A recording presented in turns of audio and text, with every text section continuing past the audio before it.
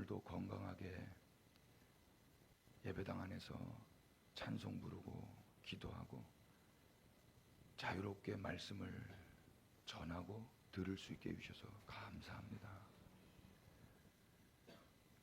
이 일상을 선물로 주셨는데 많이 기뻐하거나 누리거나 감사하지 못했던 거 우리를 용서하여 주옵소서.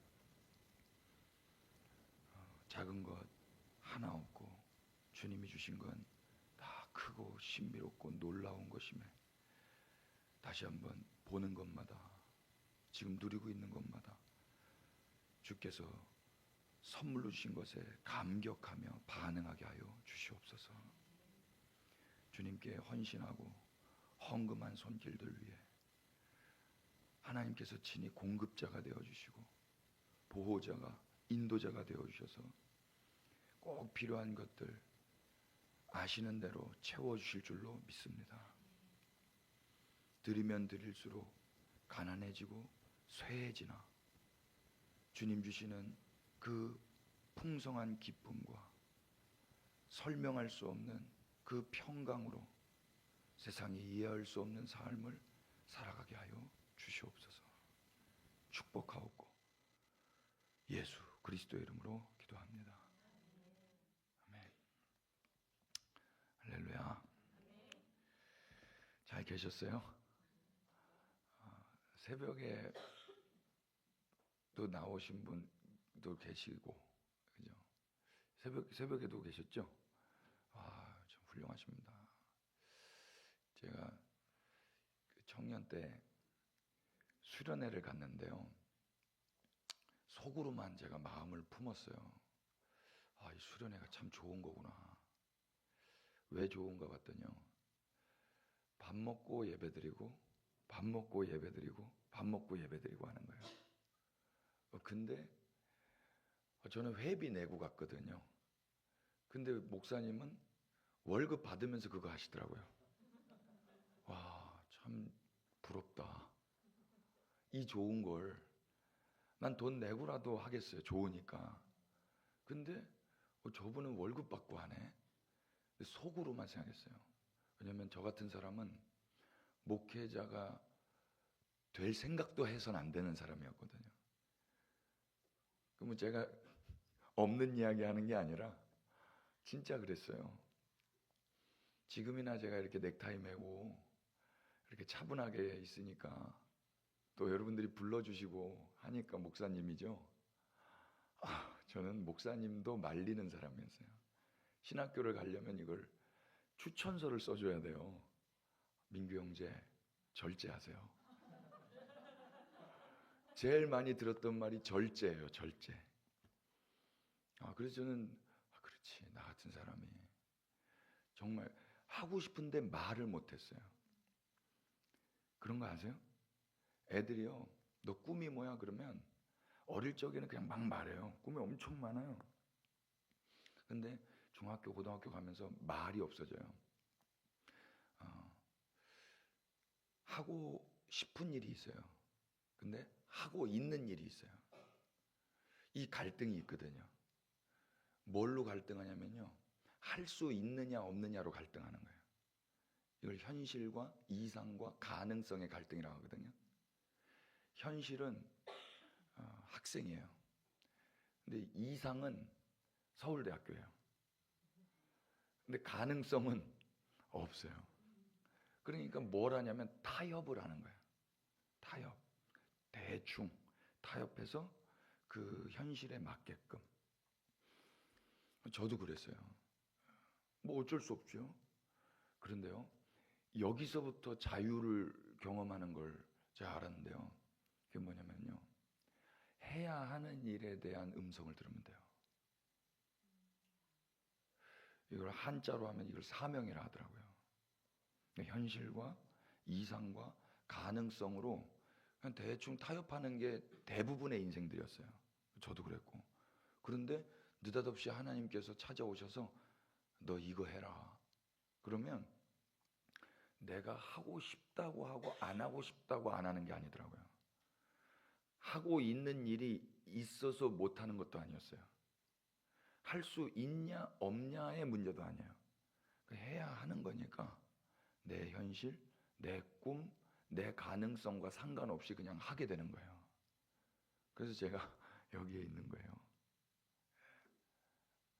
하나님께 너무 감사하고요. 아까 마지막에 나무옥가도 주님과 바꾸지 않으리 찬양하셨잖아요. 이 노래가 한 20년 전에 히트였어요. 거의 매일 불렀어요. 기억나세요? 근데 저는 이 노래를 못 불렀어요. 금요일 날 심야 예배 때 이걸 불렀거든요. 이게 이상해요. 이거 매일 불렀는데 입에서 안 나오는 거예요. 찬양이. 왜 그러냐면요. 제가 그 전에 지금은 없어요. MTV라고 있어요. MTV 아세요? 이거 아시면 연식이 좀 되신 분들이요. 케이블 방송. 케이블 아세요? 네, 그 뮤직 방송이요. 거기서 어떤 그 컨테스트를 했었어요. 거기서 이제 모델을 선발하는데 제가 거기에 됐어요. 너무 놀란 거예요. 한 5천 명 지원했는데 남자는 3명 뽑히는데 제가 뽑힌 거예요. 거기에 공개 방송이야. 공개 방송. 카메라도 찍고 거기에 이제 그 관계자들, 그 CF 관계자들, 칠성사이다 뭐 이런 분들 다 오시는.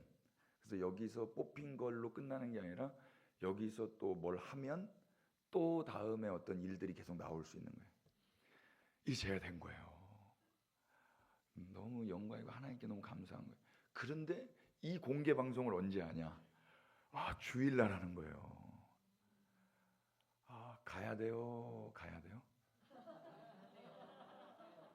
모델로서 이거 다시는 어쩌면 기회가 없을 수도 있어요.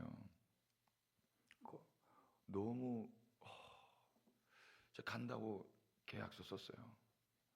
계약서 쓰고 왔는데 그때부터 불편한 거예요. 그때부터. 그리고 금요일 날 이 노래가 이게 안 나오는 거예요. 너무 그때요. 막 화가 나요. 화가. 왜냐면 그때 제가 그 교회 선생님 했었거든요. 주님이 24살에 제 삶에 찾아오시고 막 뜨거우니까 뭐라도 해야 되겠는 거예요. 거리로 나가서 복음 증거하고 예배당에 다음 세대들한테 복음 증거하고 목사님보다 설교를 더 많이 해가지고요. 제가 그때도 우리 그 교육 목사님이죠. 목사님이 민규 선생님 절제하세요. 성경 공부를 2시간씩 했다니까요. 그래가지고 교사 회의를 못 들어가는 거예요. 교사 회의를 뭐 때문에 하는 겁니까? 이 애들 때문에 하는 거 아닙니까? 일주일에 한 번 만나는데 30분 설교로 안 됩니다. 이 이야기를 듣는 30분 설교하신 목사님 얼마나 기분 상하셨을까요? 그래서 계속 그렇게 실갱이 하다가 저는 계속 교사 회의도 못 들어가고 애들이랑 계속 성경 공부했거든요. 근데 계속 막 싸움이 나니까 애들한테 제가 뭐랬냐면, 애들아 이거 안 되겠다. 니네 새벽에 올 수 있니? 7시에 와서 9시 예배였거든요. 7시에 와서 9시까지 성경 공부하고 9시 예배 드리고 그리고 나서 10시부터 10시 반까지 출석 체크하고 10시 반에 교사회의 들어가서 11시에는 또 소위 대예배, 요 교육 목사님이 또 사회 보러 올라가셔야 되거든요. 이렇게 해야 되겠다. 그러니까 애들이 그때 중학생들인데 다 순종해 줬어요. 뜨겁잖아요. 지금 생각해 보면은 돌봄이 필요한 거예요. 진짜 저랑 같이 그 시대를 보내셨던 목사님들 대단하다 싶어요. 저 같았으면은 그냥 쫓아내 버려요. 근데 그때 같이 그 선생님 하던 저보다 1살 형이 있어요. 방송됩니까? 그 형은 그때 뭐 편입하고 있었을 때요. 어디서 어디로 갔냐면은 아무튼 동국대에서 한양대로 갔나? 아무튼 둘 다 인서울인데 편입을 하려면은요 토익 시험을 계속 봐야 돼요. 근데 토익 시험이 주일날 있어요.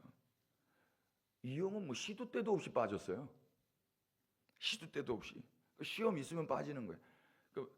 토익이 시험에 저기 한 게 아니라 그냥 보는 거잖아요. 토익은요. 점수로 이렇게 해놓으려고. 그 형은 그걸 수시 빠지는데 저는 일생에 한 번 올까 말까 한 거란 말이에요. 근데 나는 왜 이게 안 되지? 나는 왜 이게 불편하지? 그러니까 뭐 화가 나더라고요. 제가 그냥 불러버리면 되잖아요. 나 무엇과도 주님을 받고. 안 되더라고요. 와, 너무 괴로워. 목사님들하고 상담했어요. 어떤 목사님은 민규 형제님, 하나님께서 이번에 기회를 주시는 겁니다. 하십시오. 하라고 그랬잖아요. 그럼 하면 될 거 아니에요? 마음이 불편한 거예요. 못 하겠어요. 하라고 했는데도. 그래서 혼자 주님 앞에 나와서 기도하는 수밖에 없어요. 하나님 어떡하죠? 난 많이 속상합니다. 나도 자유롭게 저기서 가서 저기 또 하고 그걸 통해서 하나님께 영광도 돌리고 싶고 한데 전 이미 답을 알고 있는 거예요. 제가 불편하고 제가 이런 식으로 기도한다라는 건 제가 어떻게 해야 되는지를 아는데 그렇게 안 하고 싶은 거죠. 갈등인 거예요. 그래서 결국에는 기도는 내 뜻을 이루는 게 아니라 내 뜻이 기각되는 자리구나.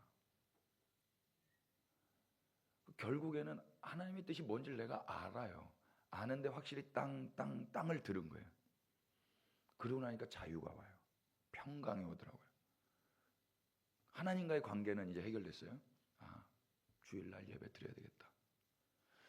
계약서 쓴 건 이제 어떡하지? 이제 현실적인 문제가 들어가는 거예요. 그럼 뭐 가서 말씀드려야지. 근데 계약서에 위약금도 있어요. 그 관계자 입장에서는 제가 빠져버리니까 그거에 대해서 저기를 해야 되잖아요. 그게 생각나니까 또 겁이 나기 시작하는 거예요. 또 현실적으로 내가 또 보상을 해드려야 되네.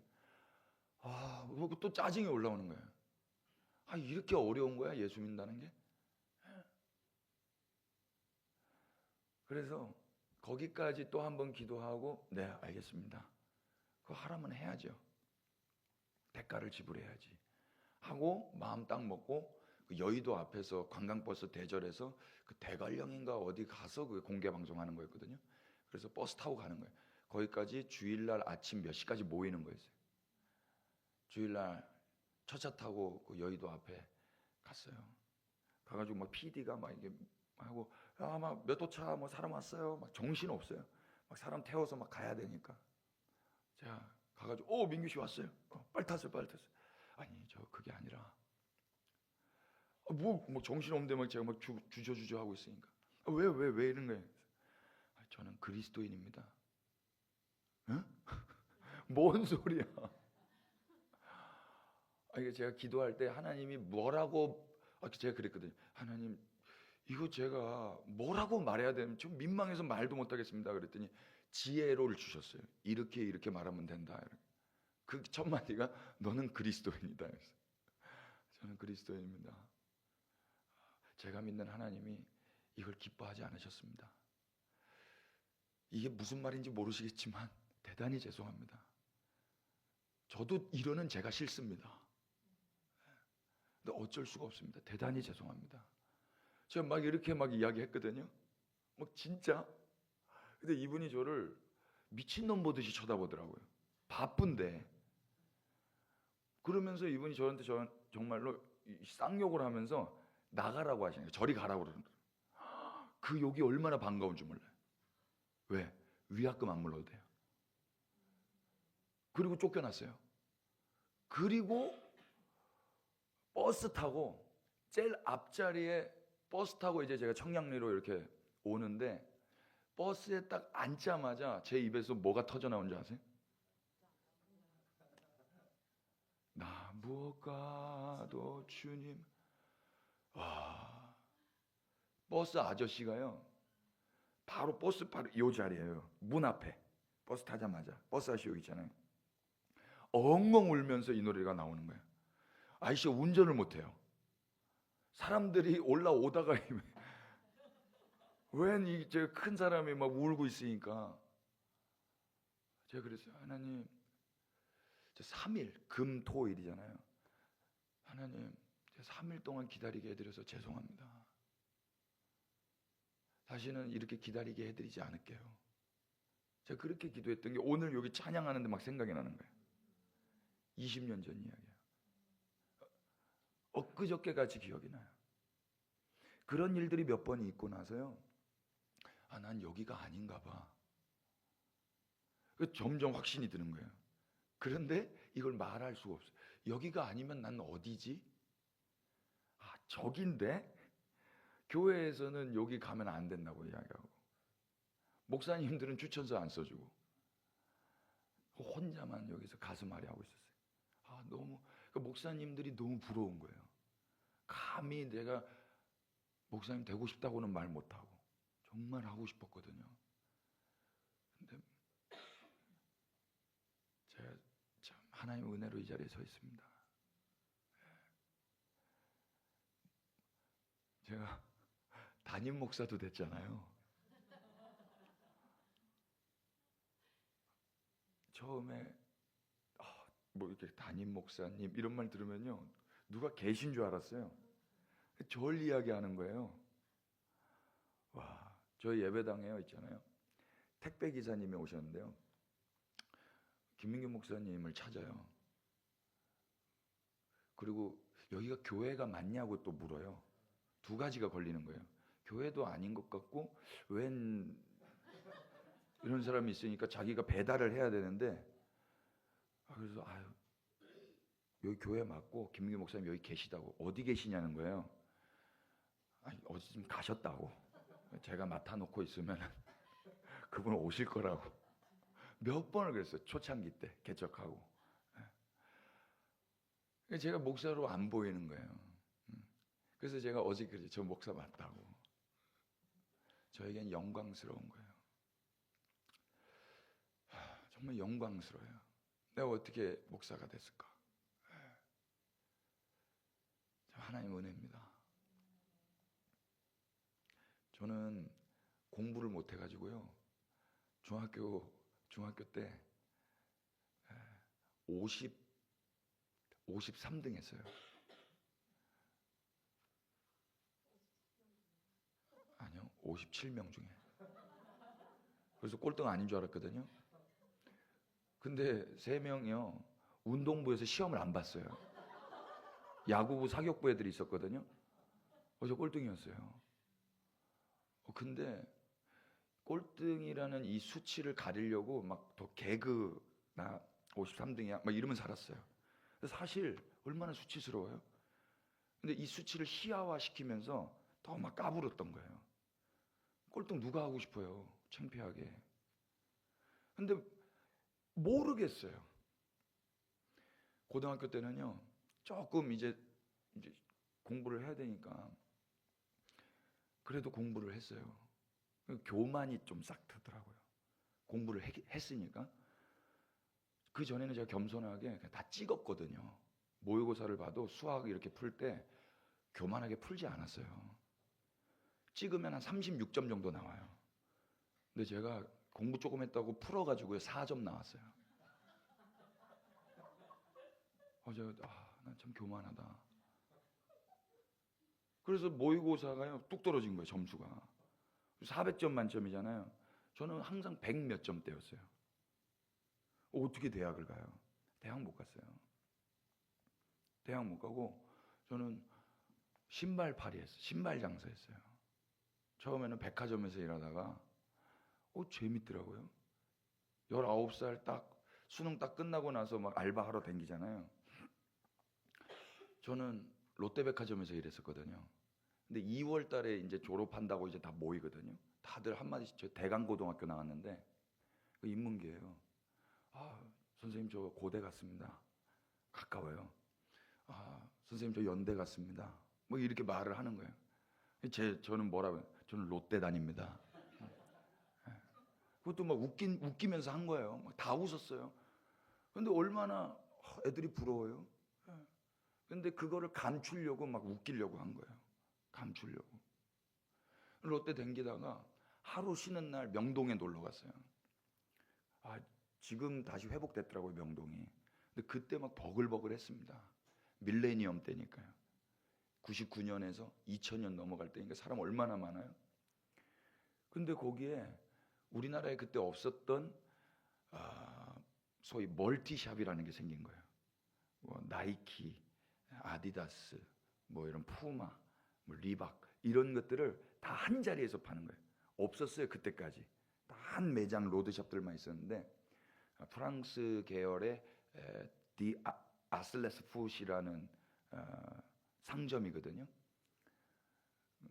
이런 게 없었어요. 이게 1호로 우리나라에 들어온 거예요. 와. 그래서 너무 좋아가지고 그 자리로 바로 그 점장님한테 저 여기서 일하고 싶어요. 이력서를 써오라는 거예요. 바로 이력서 써왔어요. 편의점 가가지고 이력서 사서 제 지갑에 늘 저희 우리 딸인데 이런 식으로 증명사진 제가 가지고 다녔거든요. 바로 써서 드렸어요. 그리고 이제 돌아와서 또 롯데백화점에서 일하고 있는데 일주일 뒤에 전화가 온 거예요. 오라고. 그래서 일하게 된 거예요. 일을 하는데 너무 재밌는 거 있죠. 내가 파는 만큼 돈을 준대요.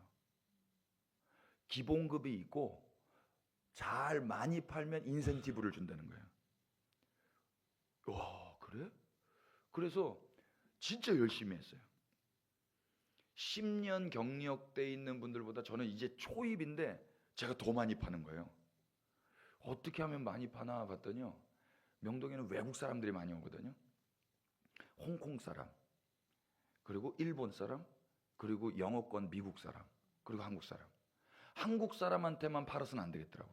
홍콩 사람한테도 팔고 일본 사람한테도 팔고 미국 사람. 그러려면 홍콩 말도 해야 되고 일본 말도 해야 되고 영어도 해야 되는 거예요. 전 공부를 못했잖아요. 그런데 이 말을 해야 돈을 번다고 하니까 이걸 제가 공부를 하고 있더라고. 그래가지고요. 하루 매출이요. 그때 당시에 1000만 원이었어요. 그래서 3억이 한 달 매출이었어요. 직원이 10명이었거든요. 제가 하루에 얼마 팔았는 줄 아세요? 500만 원 팔았어요. 그러니까 9명이서 500만 원 팔고 저 혼자 500만 원 팔고. 잘했죠? 명동에서요. 저 스카우트 해가려고 그랬어요. 다. 그러니까 나 이거 잘하네. 나 이거 좋네. 인정을 받는 거예요. 사람은 인정을 받아야 돼요. 저는 인정을 못 받았거든요. 제가 만족할 만한 인정.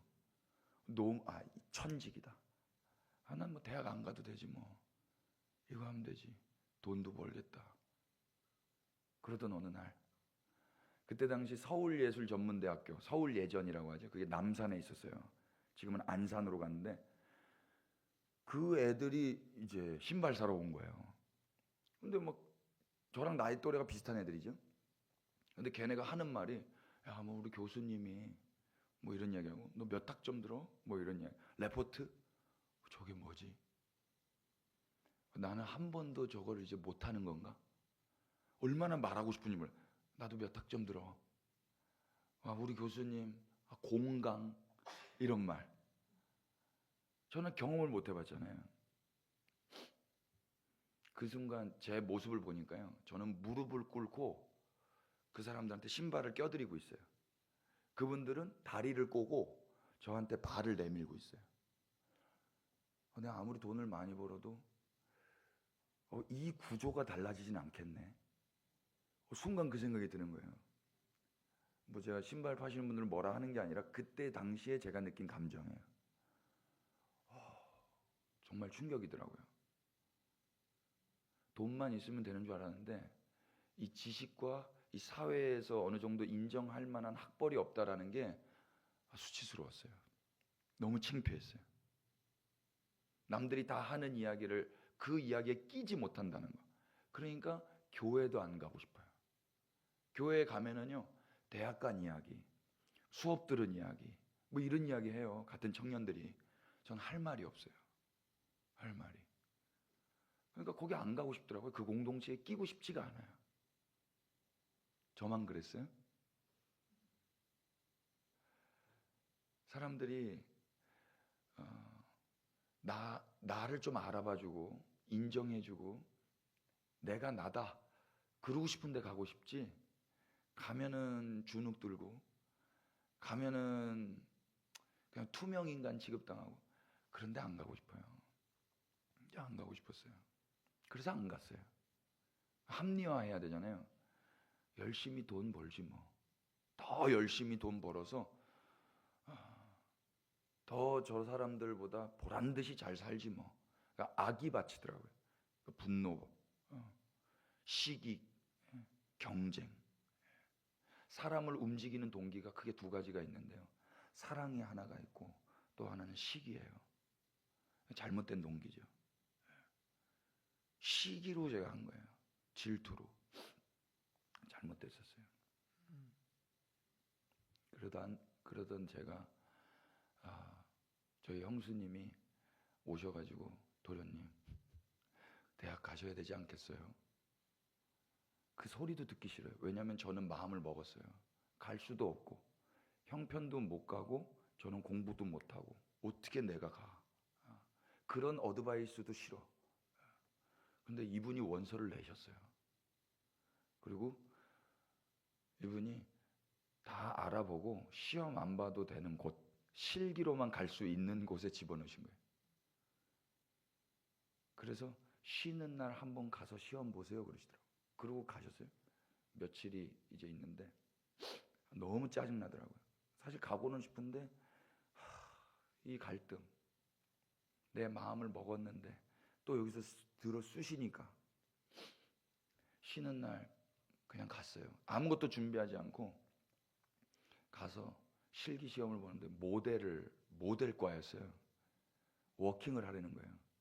배운 적도 없는데 그냥 걸었어요. 잘한다는 거예요. 분노와 시기가 충만한 상태로 걸었거든요. 텔레비 보니까 모델 다 그렇게 걷더라고요. 막 이러면서 장기 자랑을 하려는 거예요. 홍콩말, 일본말, 영어로 신발 파는 이야기 했어요. 오, 외국어에 능통하시군요. 3개국, 4개국어를 하시는군요. 저는 딱 그 정도밖에 못 하거든요. 하이때 밑에 구다사이. 그러니까 이렇게만 말하면 되게 일본말을 잘하는 줄 아는 거예요. 쌉스이만 까우치마. 이게 이제 홍콩 말이거든요. 14만 9천 원이란 뜻이에요. 주 욕망 규생왕. 이게 일본말로 14만 9천 원이라는 거예요. 제가 팔았던 신발 가격이에요. 뭐 하니까 뭐 사람들 막 웃고, 되게 발음도 좋고 딕션도 좋다고 막 칭찬하시는 거예요. 바로 통과. 대학을 붙은 거예요. 이게 제가 잘해서 붙은 거예요? 하나님의 전적인 은혜예요. 자, 아무것도 한 게 없어요. 워킹한 거를 제가 뭘 했다라고 말하면 되겠어요? 전 분노로, 시기로, 열등감으로 하나님의 은혜였어요. 그리고 거기서 공부를 하는데요. 너무 재밌는 거 있죠? 패션 코디네이터. 이 수업이에요. 하모니 코디. 저 하모니 코디 깔맞춤 했잖아요. 다 네이비 컬러로. 이런 게 수업이에요. 재미지 않아요? 사진을 어떻게 찍어야 되나? 전 맨날 그런 거 했거든요. 또 실무에서 제가 패션의 현장에 있었지 않습니까? 명동 한복판에. 그리고 또 이대에도 있었고 제가 이태원에도 있었고 한 패션의 메카 동대문에도 있었고 막 그랬단 말이에요. 그러니까 뭐 우습죠. 저 수석 졸업했습니다. 저 놀랬어요. 사람들이 저한테 와가지고 시험에 뭐 나와? 이런 걸 물어보는 거예요. 한 번도 제가 느껴보지 못했던 느낌이에요. 중고등학교 때. 와, 이렇게도 되는 건가? 정말 꼴등이 1등을 할 수도 있는 건가? 이런 걸 하나님의 은혜라 그래요. 그러니까 애들한테 공부해라 그럴 수가 없어요. 우리 집 애들한테 제가 공부하라 이러면 되겠어요? 제가 물려준 게 꼴등이에요. 제 DNA가 갔는데 우리 딸이요 중학교 3학년 지금 고1 됐잖아요. 작년에 중2 때부터 과학 선생님을 잘 만났다는 거예요. 아빠 과학이 너무 재밌다는 거예요. 과학을 공부하다 보니까 하나님이 안 계시다고 말할 수가 없어요. 막 이러면서 오자마자 막 가스레인지 아빠 이 열점을 보세요. 막 이러면서 뭐 과학 이야기를 막 중2 때, 중3 때 막 이야기를 하는 거예요. 근데 중3 때 과학 시험을 봐왔는데요, 빵점을 맞은 거예요. 저는 빵점은 없어요. 4점은 있는데 제 인생에 빵점은 없거든요. 빵점 진짜 대단한 거예요. 얘도 교만했어요. 풀었거든요. 우리 집 애들이 빵점이 뭐냐고 말하면서, 진짜 다 알아야 빵점을 맞을 수가 있거나, 빵점 쉽지 않아요, 여러분. 근데 이제 빵점 맞았다고, 야, 이 밥통아, 제가 이럴 수 있어요? 하나님이 살아계셔. 딸, 어떻게 하나님이 또 기가 막힌 드라마를 쓰시려고 너에게 빵점을 허락하시냐. 진짜 너무 웃긴 거예요. 어떻게 하나님, 제 모습. 그 애가 요즘에 또 고교 학습 학점제라고 요 나이 때 확 바뀌었거든요. 얘네 나이 때가요, 중학교 1학년 들어가는데 시험을 안 봐요. 2학년 때부터 보는 거예요. 그리고 갑자기 고1 됐는데 고교 학점제로 또 제도가 또 바뀐 거예요. 근데 뭐 우리 딸은 뭐 전혀 상관없는데, 우리 딸이 지금 다니는 학교가 서문여고라고요. 공부 잘하는 학교예요.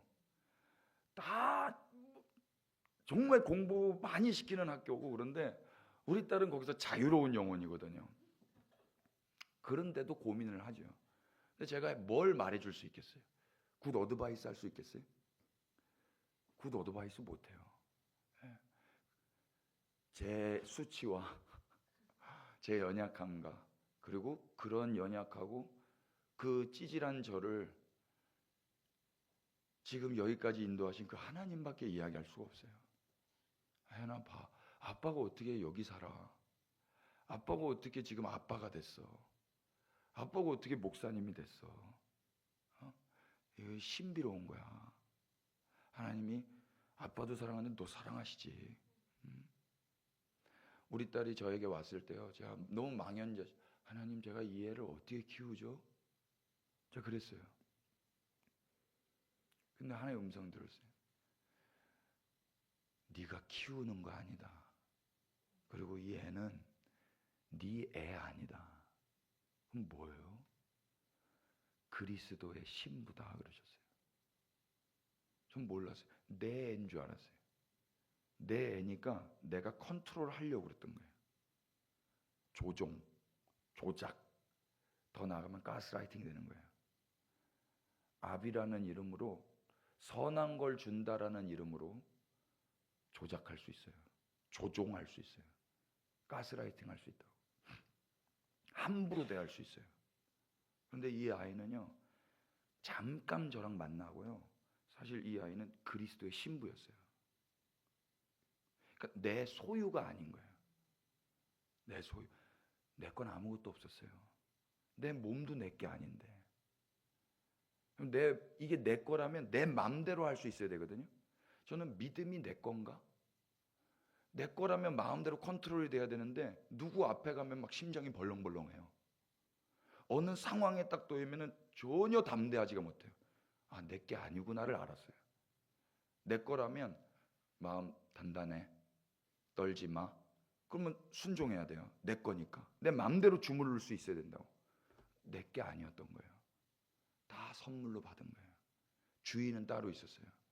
우리 주님이십니다. 우리 딸의 주인도 우리 주님이십니다. 아멘이시죠? 그러니까 혹시 자녀들이 근심하거나 저기 할 때 어드바이스 하면 할수록요, 관계는 멀어져요. 불닭볶음면을 책상에서 애가 먹고 있다. 이미 관계가 틀어진 걸로 보시면 됩니다. 그때는 어떻게? 나와. 왜 거기서 먹고 앉아 있어? 식탁에서 밥을 먹어야지. 관계가 틀어집니다. 어떻게 해야 돼? 우유를 사주셔야 됩니다. 흰 우유를 싹 갖다 주고 나오는 겁니다. 이걸 계속 하잖아요. 지가 기어 나옵니다. 저 어저께 새벽에 빨리 자야 돼요. 자야 되는데 잠깐 잠이 들었거든요. 잠이 들었는데 전화가 왔어요. 우리 큰딸이에요. 여보세요? 아빠 오늘 잘했어요? 그러는 거예요. 잘했지. 몰라. 왜 전화했어? 아니야, 아빠 잘 하셨는가? 갑자기 아빠가 보고 싶어서 전화했다는 거야. 완전 감동. 그럼 친구한테는요, 목적을 가지고 전화하는 게 아니에요. 그런 거 아세요? 진짜 친구랑 그냥 보통 친구랑 구별하는 법 아세요? 차를 태워줄 때 보면 알아요. 친구가 기다리고 있는데 진짜 친구, 그러니까 보통 친구는요, 친구가 여기 기다리고 있잖아요. 싹 가요. 그리고 문 열어놓으면 딱, 어서 와, 안녕. 보통 친구예요. good friend. 찐친 어떻게 하는지 아세요? 친구 여기 있잖아요. 막 들이받아. 들이받고 문 안 열어줘. 이게 찐친이에요. 이런 애들한테 전화할 때는요, 목적을 가지고 전화해요. 전화하고 그냥 끊어도 전혀 상관없어요. 여러분, 전화 누가 왔는데 바로 못 받는 분들 계시죠? 저만 그래요? 왜 전화했지? 근데 바로 받는 사람들 있죠. 그게 마음이 편한 거예요. 그럼 하나님이 우리를 불렀다 치세요. 왜 날 불렀지? 하나님 그런 관계를 원하시겠어요? 부모 자녀 관계에서도요, 그냥 하는 거더라고요. 그냥. 그래서 우리 딸이 왜 전화했어요? 그러니까 그냥 했다는 거예요. 아빠 보고 싶어서. 여러분, 하나님 앞에요, 그냥 나가는 거예요. 목적 없이. 제가 단골로 가는 카페가 있는데 갔는데 갑자기 사장님이 저한테 꽃을 주는 거예요. 남자예요. 그래서 웬 꽃? 오늘 무슨 날이에요? 그랬어요. 그랬더니 이분이 뭐랬는 줄 아세요? 아니, 무슨 날이라고 주나요? 그 말을 듣는데요, 예배를 무슨 날이라고 드리는 건 아니겠구나. 아무 날이 아닌데 받았을 때 좋더라고. 그러니까 주일은 당연한 거예요. 부흥회는 당연한 거예요. 근데 아무 때도 아니에요. 근데 거기서 찬양이 터져 나와 보세요. 우리 주님 기뻐하실 겁니다. 맞아요? 종교는요, 무슨 날, 절기, 어떤 때, 그때 생명을 다해서 지켜요. 왜? 이거 안 지키면 나에게 해롭거든요. 기독교는요, 시시때때로 늘 우리와 함께 하시는 주님. 빈들에서도, 사망의 음침한 골짜기에서도 주님 거기 계시니 우리 주님 높여드리는 겁니다. 주님 당황하지 않게 했으면 좋겠습니다. 야, 왜 이래? 왜 안 하던 거 해? 아니요. 주님 여기서도 찬양받기에 합당하십니다. 주님 이 시간에도 찬양받기에 합당하십니다. 그러니까 회사에서 그냥 의무적으로 기도하고 그것도 훌륭한 거예요. 그런데 그냥 거기가 눈만 감으면 예배당 되는 거예요. 밥 먹는 식탁, 거기가 성찬이 되는 거예요. 거기가. 예배당 안에서만 예배가 아니라고. 우리 주님 온 세상의 왕이십니다. 아멘이시죠? 예. 그러니까 우리가 가는 골목골목들마다 거기가 다 예배 자리가 되는 거예요. 우리를 뭐라고 그러냐면, 그래서 걸어다니는 지성소라고 하는 거예요. 주님 여기 계시거든요. 제가 성찬한 다음에 애들한테 물어봤어요. 예수님 어디 계셔? 여기 계시대요. 어쩌다 거기 들어가셨어? 제가 먹었어요. 여러분, 예수님이요, 다른 어떤 제도를 가르쳐 주진 않으셨는데요, 식사 때마다 기억하고 기념하라고는 가르쳐 주셨어요. 전 이게 너무 감사했어요. 제가 잘 나갈 때는요, 예배당 가고 싶어요. 제가 대학도 가고 점수도 잘 나오고 제가 승승장구하고 그러면 사람들도 만나서 큰 목소리로 찬양할 수 있어요. 앞에 나와서도 할 수 있어요. 근데 못 나갈 때는 못 나와요. 내가 찌질하면은요 여기 서 있을 수가 없어요. 얼마나 쭈뼛쭈뼛한지 몰라요. 누가 알까 봐. 그래서 연기를 해야 돼요. 웃음이 안 나는데 쥐어짜서 웃어야 된다. 그게 너무 피곤하더라고요. 정말 힘들어요. 근데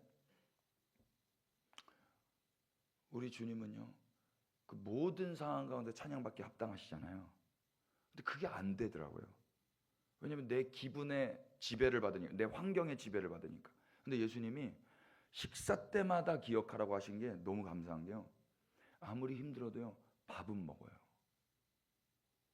기어 나와서 혼자라도 물 말아서 밥 먹고 있더라고요. 근데 그게 예배였어요. 그때 기억하라는 거야. 너 그 밥, 그 쌀, 그 떡, 그 빵, 그게 내가 너에게 주는 내 살이란다. 이걸 새 언약이라고 해. 옛 언약은 네가 뭘 해서 언약에 합당한 삶을 사는 건데, 새 언약은 뭐야? 네가 한 건 없어. 내가 하는 거야. 이 라스트 서퍼, 이 마지막 만찬을 언제 마련해 주시죠? 십자가 진 다음에요? 십자가 지기 전이에요? 지기 전이잖아요. 이게 너무 은혜였어요. 지기 전에 한다는 무슨 말이에요? 네가 어떤 죄를 짓다 할지라도 너의 실패가 실패되지 않게 할 거란다. 이해되세요? 여기서 언약을 해놨어요. 그리고 여기서 십자가를 지시는 거예요.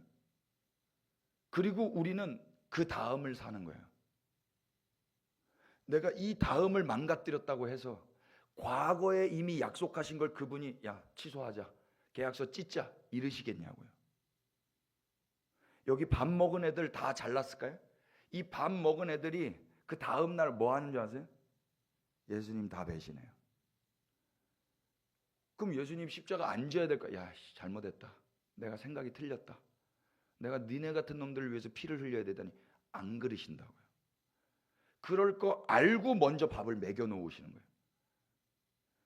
이 밥을 먹여 놓고 다 알고 그 연약함, 그 죄까지 다 짊어지고 돌아가신다고. 이게 새 언약이에요. 기억해. 앞으로도 니네가 나 배신할 수도 있고, 니네 스스로도 니네가 찌질해서 밥 안 먹고 싶을 때 있어. 그런데 식탁 앞에 밥 먹고 목말라서 물 먹을 때마다 기억해. 너네의 어떠함은 변화되지 않아. 내가 너네를 사랑하는 내 사랑은 변화되지 않아. 너네가 언약 안으로 들어온 것에 대해서는 변화되지 않아. 너네의 실패가 너네를 실패케 할 수 없게 내가 십자가에서 다 이루는 거야. 이게 하나님의 능력이고 하나님의 지혜였어요. 모든 종교는요 인간 측에서 내 미래를 만들어가는 거예요. 여기에서 내가 원하는 저 미래를 향해서 열심히 뭘 하는 거라고. 기독교는요 하나님 측에서 저쪽에서 이쪽으로 넘어오셔가지고 나를 데리고 그리로 데려가시는 거예요. 내가 뭘 하지 않았는데, 한 건 죄밖에 없는데 그분이 그 죄가 되셔서 나를 이끌고 나의 위치를 바꾸시는 거예요. 구원은 내 위치가 달라지는 거예요. 골로새서 1장 한번 가보실래요?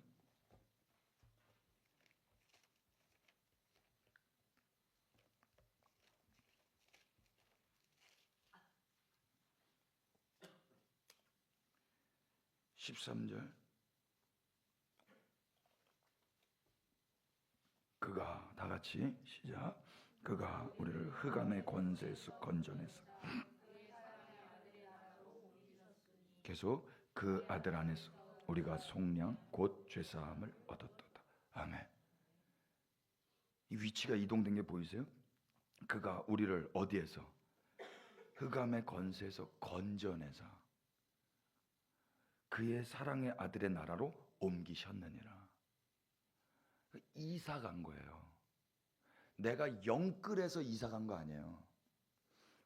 제가 방배동 사는데 이게 등기부 등본을 딱 떼어보면 애들이 많아가지고 2장 넘어가더라고요 이제. 그러니까 뭐 이게 뭐 그런 거 있잖아요. 뭐 간편하게 끊는 거 있고 많이 뛰는 거 있고 그런데 아무튼 애들한테 그랬어요. 얘들아, 니네가 여기에 등기부 등본 올라오는 데 있어서 한 일이 뭐가 있어? 우리 애들 한 거 아무것도 없어요. 제가 생색내려고 말한 게 아니라 그런 건가? 이 성경이 내 등기부 등본인가? 이거 봐보잖아요. 옮기셨으니 과거 완료예요. 등기부 등본 딱 보여주는 거예요. 얘들아, 니네 여기 있단다.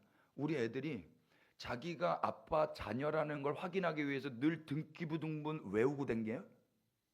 나는 이 집 사람이야. 내 주소는 여기야. 이런 거 하는 애들은 돌봄이 필요한 애들이에요. 이런 확신 없어도 된다고요. 그냥 사는 거예요. 그냥. 근데 여기 나와 있잖아요. 그래? 사랑의 아들의 나라로 옮겨졌어? 그 아들 안에서 우리가 속량 죄 사함을 얻었도다. 완료형이라고요. 이미 완료돼 있는 상태에서 우리에게 소식을 선포하고 있는 거예요. 그럼 우린 뭐 하면 돼요? 아멘 하면 되는 거예요. 아멘 하면 하나님이 영광을 받으신다 그러죠. 그 뭐예요? 네가 아무것도 안 한 거 인정하는 거야? 네가 거기서 여기 온 데 있어서 네 공로 아무것도 없다는 거 인정하는 거지? 그럼요. 그게 아멘이에요. 하나님, 맞아요. 제가 한 건 아무것도 없어요. 예수 그리스도 안에서 제 위치가 바뀌었습니다. 그래서요, 구원이라는 거는요, 내 컨디션으로 말미암아 획득하는 게 아니에요. 컨디션 뭐야? 내 상태. 모든 종교는 다 컨디션을 가지고 이야기를 해요. 굿 어드바이스는 컨디션에 따라서 이야기를 하는 거예요. 상태를 좋게 하라는 거죠. 더 좋은 상태를 만들라는 거예요. 그래서 기도도 하는 거고 헌신도 하는 거고 학습도 하는 거고. 아니요. 근데 만약에 우리가 컨디션이 안 좋으면 나의 정체성이 흔들려요. 나의 정체성. 속지 마세요, 여러분. 그리스도인의 정체성은요, 내 컨디션에 좌우되는 게 아니라 이미 내 포지션이 주님이 바꾸셨다라는 이 말씀에 근거한 것입니다. 내 포지션, 내 위치가 어디예요? 내 컨디션과 상관없이 사랑의 아들의 나라입니다. 아멘. 예. 내 위치가, 내 포지션이 어쩌다가 여기 오게 된 거예요? 내가 한 게 아무것도 없다는 거예요. 컨디션이 안 좋은 나를 건지시려고 그분이 밥상을 차려주셨다니까요. 먹어. 마셔. 6월절 보시면 돼요. 이스라엘 백성들이 이들의 컨디션은 뭐죠? 노예예요, 노예. 이들의 상태는 이집트의 노예들이었어요. 노예가 내 컨디션을 바꿀 수 있어요? 노예가 자기의 포지션을 바꿀 수 있어요? 노예는 자유가 없는 사람들이에요. 시키면 하는 거예요. 그리고 밥 주고 그렇게 뺑뺑이 돌리는 거거든요. 하나님의 행하신 구원이 뭐예요? 그 노예 컨디션 상태에 있는 자들을 구원하시기 위해서 누가 죽어요? 어린 양이 죽죠. 어린 양이 죽고 그 피가 문에 발려요. 문에 발리는데 그 피는 인간들이 보는 피예요? 하나님 측에서 보는 피예요? 인간들은 그 집 안에 들어가 있으라고 그래요. 그 안에서 뭐 하죠? 그 양고기 삶아서 먹으라고 그래요. 왜 삶아서 먹으라고 그러죠? 하나님의 사자가 심판을 할 건데 어떤 집은 심판을 안 한다고 하냐면 그 피가 발려진 집은 심판을 안 해요. 그러니까 이 피는 인간들이 본다고 내가 구원받고 이런 건 아니죠. 누가 봐야 되는 거예요? 하나님과 하나님의 사자가 봐야 되는 거예요. 그래서 그걸 식별하고 그 피를 보고 넘어가는 거거든요. 그럼 인간들은 뭐 하는 거예요? 열심히 그 피가 흘려졌다는 건 죽었다는 걸 의미하는 거니까 그 죽은 양 고기를 집 안에서 뜯어 먹고 있어야 된다고. 뜯어 먹은 다음에 뭐 해야 돼요? 이제 그 힘 가지고 도망쳐야죠. 그 단백질 먹었으니 그거 먹고 도망쳐야 될 거 아니에요. 우리는요, 예수피. 내가 예수피를 보면 사는 줄 알아. 아니, 그 흑표 너무 무서워요. 예수피. 저는 예배당 끝나고 나가면서 계속 예수피 하는 사람들 많이 봤어요. 그 유행이었어요, 유행. 주의 보혈 뿌리고 바르고 뭐 이런 게 있어요. 이런 거 하시는, 이런 사역 하시는 분들 계시거든요. 전화로도 맨날 예수피, 핸드폰에도 뿌리고 바르고 주문을 계속 외우는 거예요. 예수피. 저도 했었어요. 저를 보호하기 위해서 주의 보혈이 나를 덮어야 되니까. 그런데 저희 집 옆에 어느 날 지나가는데 비슷한 이야기를 하시더라고요. 예수피. 그래서 우리 편인가 하고 가까이 보러 갔는데 남의 편이었어요. 남녀오랑개교. 하루 종일 남녀오랑개교. 야, 이거 이상하다. 우리랑 비슷한데 그럼 내가 했던 게 뭐지? 제가 그때 충격이었어요. 기독교는 주문을 외우는 데가 아니에요. 내가 주문을 외워서 나를 보호하는 데가 아니라고요. 주님이 우리의 보호자가 되십니다. 아멘이세요? 우리는 뭘 하냐면요, 그분이 내어주신 그 어린 양, 그걸 염치 없이만 뜯어먹는 거예요. 그리고 그 양이 어디 들어와 살아요? 내 안에 들어와 살아요. 그래서 그 양이 내 힘이 되는 거예요. 어쩌다 내 힘이 됐어요? 내가 뜯어먹었어요. 식사가 그런 거예요. 왜 예수님이 당신을 생명의 떡이라, 생수라고 말씀하세요? 이 땅에 음식으로 오신 예수님, 왜 음식으로 오신 거예요? 먹고 살라는 거예요. 넌 날 먹고 잘 살아. 그럼 우리가 순종해야죠. 밥 먹을 때마다 그래서 허겁지겁 먹는 게 아니에요. 우리는 생존을 위해서 먹는 게 아니에요. 예수님을 기억하면서 먹는 거예요. 맞습니까? 그걸 예배라고 그래요. 그걸. 밴드 없어도 되고 음악 잘 못해도 되고 그 밥 한 끼 먹는 거. 이게 다른 예배 제도를 예수님이 가르쳐 주진 않았는데요. 2000년 넘도록 예수님이 이거는 확실히 말씀하신 거예요. 식사 시간마다 날 기억해라. 이게 얼마나 감사해요. 제가 그래서 내 상태가 안 좋을 때 예배 안 드리고 싶었는데 밥은 먹어야 되잖아요. 눈물 뚝뚝 흘리면서 먹었어요. 이게 상한 심령의 예배가 이런 건가? 상한 심령에 통회하는 자를 주님이 기뻐하시고 기다리시거든요. 꾸역꾸역 먹는 거예요. 꾸역꾸역. 감사함으로. 염치 없죠. 작은 양을 잘 씹어 드셔야 돼요. 천주교의 어떤 신학자가 그랬어요. 교회가 쇠퇴한 건 성찬의 떡이 녹여 먹으면서부터였다.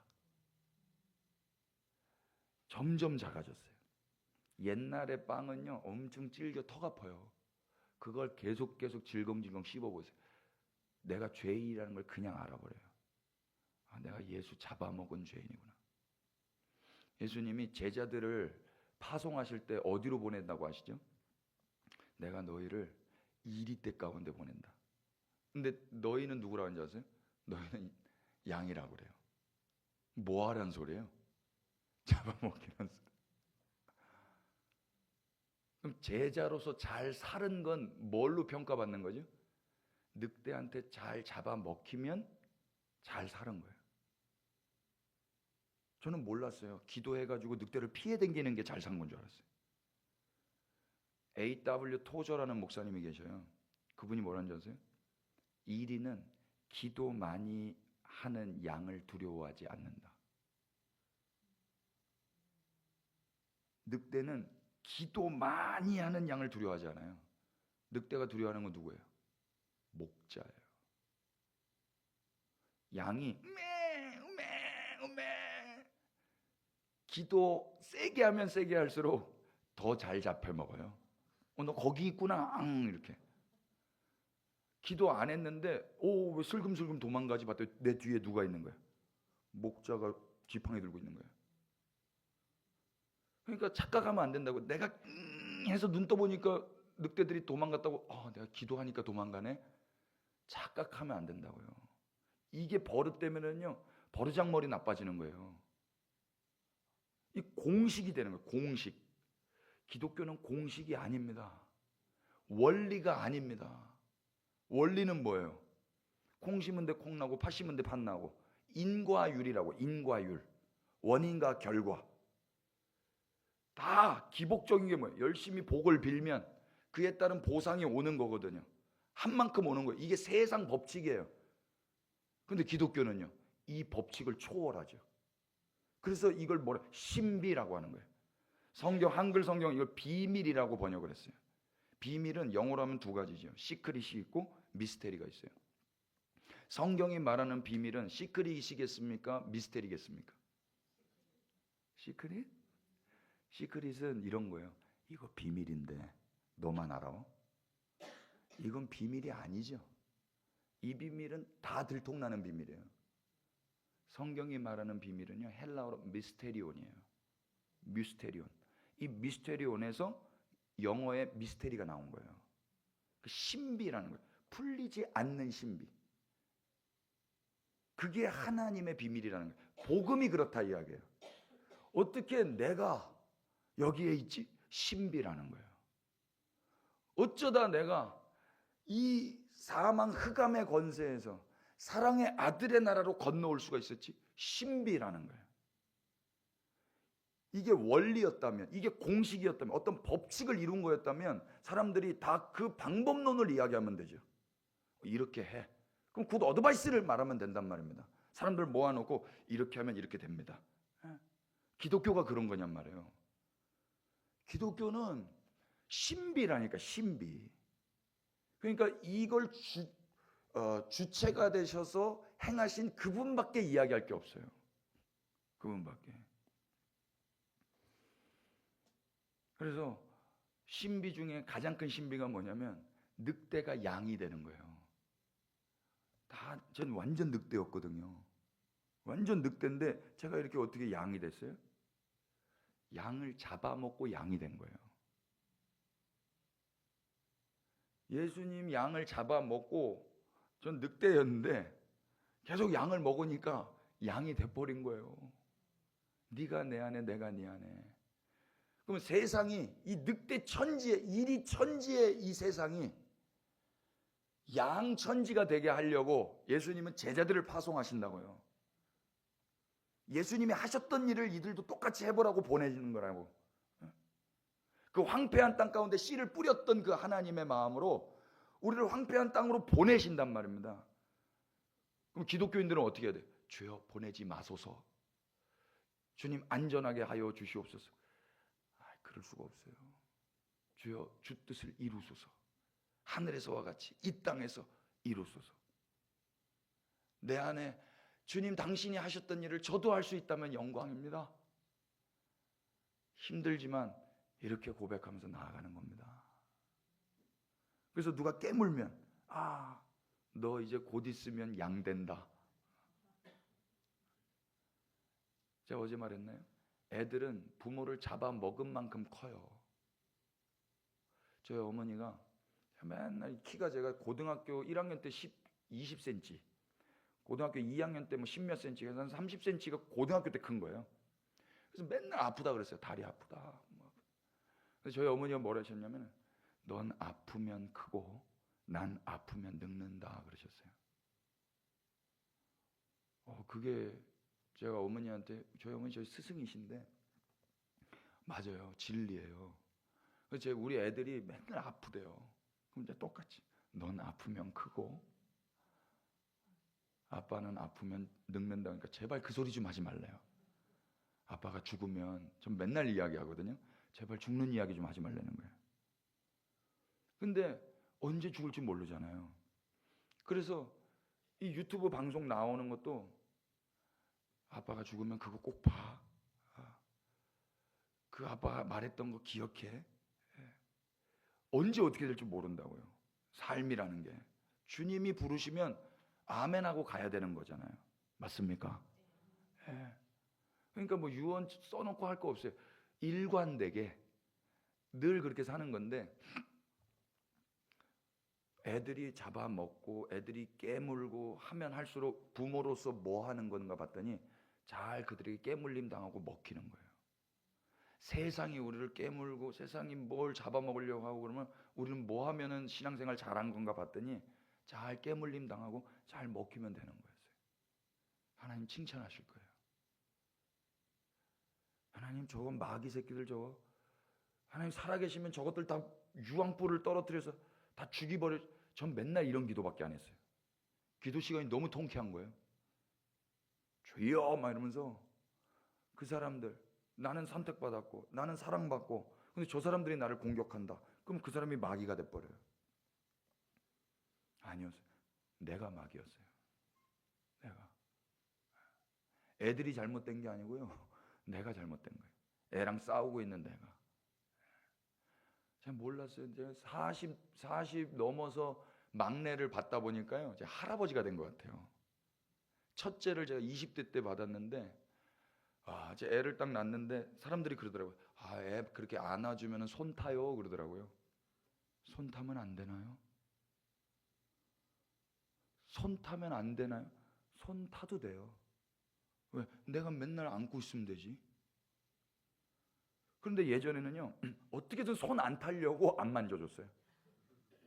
손 타면 내가 힘들거든. 근데 시간이 지나고 제가 조금 성장을 했는지 이 아이를 받을 준비가 되어 있더라고요. 이 아이를. 여러분, 신앙이 성숙해진다면요, 받는 거예요. 로마서 15장에 바울이 로마 교회에게 뭐라고 한지 아세요? 하나님이 말씀하신 건데 한번 찾아보세요. 로마서 15장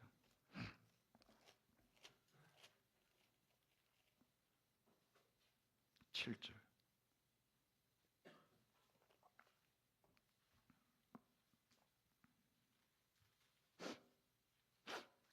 그러므로 읽어볼까요? 시작. 그러므로 그리스도께서 우리를 받아 하나님께 영광을 돌리심과 같이 너희도 서로 받으라. 들이받으라가 아니에요, 여러분. receive 하라는 거예요. 받으라. 누가 우리를 받았다 그러죠? 그리스도께서 우리를 받은 것처럼. 주님이 우리를 받으실 때 우리의 상태가 좋았겠어요? 안 좋았겠어요?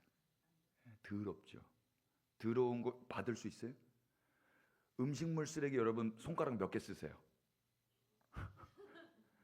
3개 아까워, 2개. 이렇게 잡잖아요. 제가 그때 알았어요. 더러운 건 이렇게 잡는 거구나. 더러운 건 이렇게 근데 이 음식물 쓰레기 봉투, 얼마 전에 미국의 사모님이 저희 예배당 3층에 게스트룸이 있어가지고 쉬시다 가셨거든요.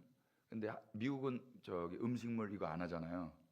근데 한국은 하니까 저희가 다 이렇게 가이드를 해놨는데, 이거 음식물 쓰레기 이거 어떻게 하는 거냐고, 거기 이분 표현이 뭐냐면 블루봉지에다 하는 거예요 그러더라고. 블루봉지. 블루봉지 되게 고급스럽네. 그 뒤로 블루봉지라고 제가 이야기하는데, 대전도 블루봉지인가요? 그린 봉지예요? 우리 동네 블루 공감이 안 되네. 그 블루봉지, 제가 블루봉지의 은혜를 받아가지고 그린 봉지라고 하죠. 아니, 불과 비읍이 비슷해가지고 블루봉지가 좀 느낌이 더 좋은 것 같아요. 그 블루봉지가 쓰레기입니까? 블루봉지는 쓰레기가 아니죠. 이건 돈 주고 사는 거예요. 가치가 있는 거예요. 그리고 이거는 더러운 거예요? 아니죠. 이거는 그 싱크대 서랍에 넣어놓는 거예요. 그런데 이 블루봉지가 언제 쓰레기가 돼요? 음식물 쓰레기를 받아서 담을 때예요. 와, 그때 알았어요. 우리 주님 십자가에 매달리셔도 되는 분이셨어요? 십자가는요, 죄인만 달리는 거고요. 극악무도한 죄인만 달리는 거예요. 저는 몰랐어요. 예수님 당연히 달리셔야 되는 줄 알았어요. 내 죄를 위해서. 아니더라고. 이분은 찬양만 받으셔야 되는 분이셨어요. worthy. 가치가 있는 거예요. 그래서 월십을 하는 거예요, 그분에게. 근데 이분이 왜 십자가에 달렸지? 내 죄와 연합이 됐기 때문이구나. 음식물 쓰레기 봉투는 깨끗한 거예요. 얼굴 비벼도 되는 거예요. 손으로 그냥 맨손으로 만져도 전혀 불쾌하지 않은 거예요. 그런데 음식물 쓰레기와 하나가 되자 그냥 쓰레기가 돼서 버려져요. 영문 밖으로, 우리 집 문 밖으로. 이게 예수 그리스도의 삶이셨어요. 이게 몰랐어요. 저는 그 뒤로 블루봉지한테 감사하고 있어요. 그 예수님의 삶이거든요.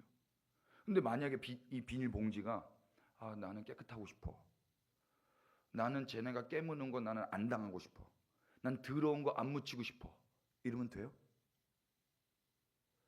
그건 자기 본연의 정체성을 외면하고 사는 거예요. 예수님도 하나님 앞에 나아가서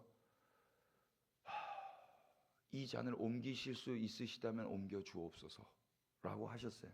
그게 얼마나 힘든 건지 느껴져요. 그러나 결국에는 예수님 뭐라고 하셨어요? 내 원대로 마시고 아버지의 원대로 하세요. 우리도 그렇게 가는 거예요. 저 사람 받으면 나 더러워져요. 저 사람 받으면 나 아파요. 저 사람 받으면 나 피곤해지고 늙어요. 그러나 내 원대로 마시고 아버지 원대로 하옵소서. 이게 신자의 삶이라고 믿습니다. 여기 아멘 하셨으면 하나님이 기뻐하실 겁니다. 그래? 그럼 너희들도 내 아들 예수처럼 살겠다는 거야? 아멘. 근데 이렇게 못 살아요. 그래서 우는 거예요. 그래서 기도하러 나오는 거예요. 주님, 이거 살아보고 싶은데 잘 안 되네요. 그 사람 앞에 딱 서면 또 심장이 벌렁벌렁 거리네요. 어떡하죠? 내 어떠함으로 안 돼요. 항복하고 시간이 지나야 되더라고요. 시간이. 애들한테 어른으로서 해줄 수 있는 말이 그게 제일 좋은 거더라고요. 시간이 지나야 된다. 그때는 막 죽을 것 같지. 살아만 있어다오. 그 시간이 흘러야 된다. 20년 전에 고민했던 거 여러분 아직도 고민하는 거 있으십니까? 막 여기 여드름 났다고 막 죽고 싶었을 때 있잖아요. 막 여드름 여기 한번 나보세요. 저는 진짜 여기 지금 하나 나가지고 이게 가뜩이나 지금 그런데 무슨 뭐 승려 이거 점백이 돼가지고요. 근데 애들이 여드름 하나 나보세요. 막 죽으려고 그래요. 근데 그거 살아보니까 아무것도 아니었잖아요.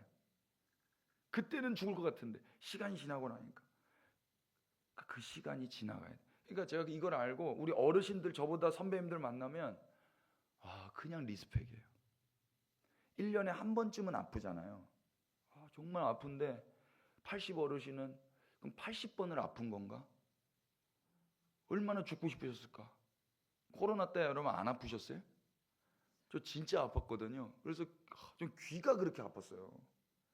귀가 아프니까 하나님 살려주세요가 이렇게 죽이세요. 살려주세요. 살아봤자 아프잖아. 죽여달래. 그때 또 회개했지. 사는 것도 날 위해서 살고 죽는 것도 날 위해서 죽는구나. 로마서 말씀 보니까 사나 죽으나 한번 보세요. 로마서 바로 앞에 14장 8절 보세요. 7절 8절. 우리 중에 시작. 우리 중에 누구든지 자기를 위하여 사는 자가 없고 자기를 위하여 죽는 자도 없도다. 여기 우리의 나는 안 들어가더라고요. 여기 사도 바울이 로마 교회에게 편지를 쓸 때 너나 나나 다 신자들이잖아. 우리 중에 어느 누가 자기를 위해서 살고 자기를 위해서 죽어. 이게 일반론인 거예요, 그리스도인들 사이에서는. 근데 저는 제가 아프니까 죽여달라고 고백하고 있더라고. 너무 죄송한 거예요. 그럼 죽는 게 나를 위해서 죽을 수 있다 없다? 없다. 말씀대로. 그래서 8절 그 유명한, 다 같이 우리가 시작. 우리가 살아도 주를 위하여 살고 죽어도 주를 위하여 죽나니 그러므로 사나 죽으나 우리가 사나 죽으나가 내가 컨트롤할 수 있으면 내가 주인이죠. 그런데 우리가 누구 거라는 거예요? 주님의 거라면 주님 마음대로 하시도록 우리를 내어드리는 거죠. 맞습니까? 그래서 그 주님의 주도권을 인정해드리면서 우리가 그렇게 또 주님의 허락한 삶을 사는 거더라고요. 큰일 났네. 이거 오늘 본문 저녁에 하죠. 12시에요. 맞죠? 그만해야죠. 네. 죄송해요. 제가 제일 못하는 게 시간을 이길 제일 못해요. 그래서 우리 예배당에서도 늘 시간의 주관자들이 계셨어요. 시간에. 그래서 저희 예배당을 한번 들어오면 카지노처럼 한 번 들어오면 나갈, 거의 요한계시록처럼 열면 닫을 자가 없고 닫으면 열 자가 없는 그런 공간인데, 여기는 또 즐거운 교회니까 여러분들의 즐거움을 제가 방해하면 안 되니까 여기까지 하겠습니다. 기도하겠습니다. 하나님, 우리는 범죄했고 연약했고 다 우리가 소원하고 원하는 것만 꿈꿔왔던 죄인들이었습니다. 그러나 주님, 당신은 그런 우리를 받아내셨고 우리의 위치를 바꾸셨고 우리의 상태와 상관없이 지금도 사랑해 주시는 신실하신 아버지이십니다. 어느 누구에게도 받아본 적 없는 그 따뜻함과 그 안정감, 그 변함없으신 그 편안함, 신앙생활 하면서 매일매일 받아 누릴 수 있도록 은혜를 허락하여 주시옵소서. 성경을 열어서 읽어 나갈 때마다 하나님이 얼마나 우리를 사랑하셨는지, 예수님의 십자가를 묵상할 때마다 내가 받은 은혜가 얼마나 큰 것이었는지, 교우들과 함께 찬송 부르고 기도하고 말씀 듣고 예배 드릴 때마다 지금 내가 누리고 있는 이 일상이 얼마나 복된 것인지 깨달아 알 수 있도록 은총을 허락하여 주시옵소서. 오늘도 이 귀한 아침에 한자리에 모일 수 있게 하신 주님을 찬양합니다. 또 흩어졌다가 저녁에 하나님 당신을 중심으로 주님을 영화롭게 하기 위하여 모인 백성들을 위해 은혜를 허락하여 주시옵소서. 그렇게 역사하실 주님을 기대하옵고 예수 그리스도 이름 받들어 기도 올렸습니다.